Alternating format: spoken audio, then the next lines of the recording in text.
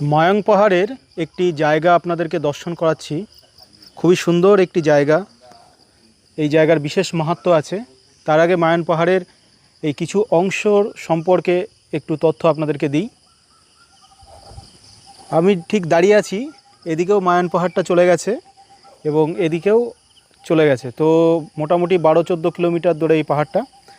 পাহাড়ের কোণে কোণে বিভিন্ন দৈব শক্তির যে সাধনা আরাধনার জায়গা এখানে কিন্তু আছে। তেমনি একটা জায়গা আপনাদেরকে দেখাবো এটা ভিডিওর মাধ্যমে।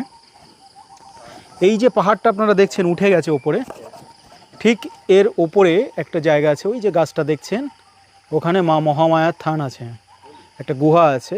সেই গুহার মধ্যে আমরা কিন্তু সাধনা করেছি।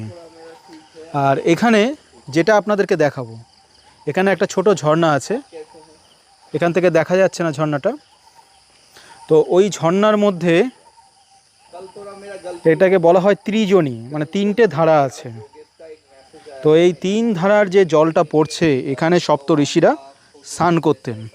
মানে এখানে কথিত আছে যে সপ্ত ঋষিরা এখানে স্নান করতেন এবং বহু মহাপুরুষ এই ত্রিজনীতে স্নান করেছে এবং এখানে সাধনা করেছে।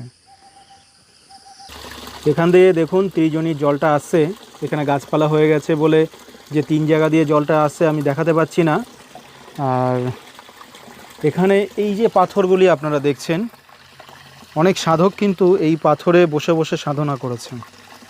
এখানে যে পাথরগুলি আছে, আর এর ওপরে প্রচুর গুহা আছে।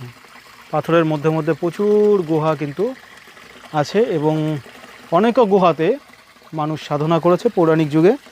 এবং এখন তো জঙ্গল হয়ে গেছে, এখন সাধনা করতে আসলেও কেউ মহামায়ার থানে অনেকে সাধনা করতে যায়, বা কেউ আশেপাশে রিসর্টে থেকে সাধনা করতে, মানে এখন রাস্তাঘাট সব হয়ে গেছে। আগে তো রাস্তা কিছুই ছিল না।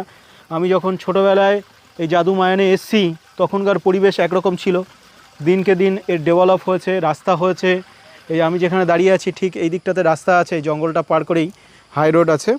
আর এই মায়ান পাহাড়ের পাশ দিয়েই রাস্তাটা আছে।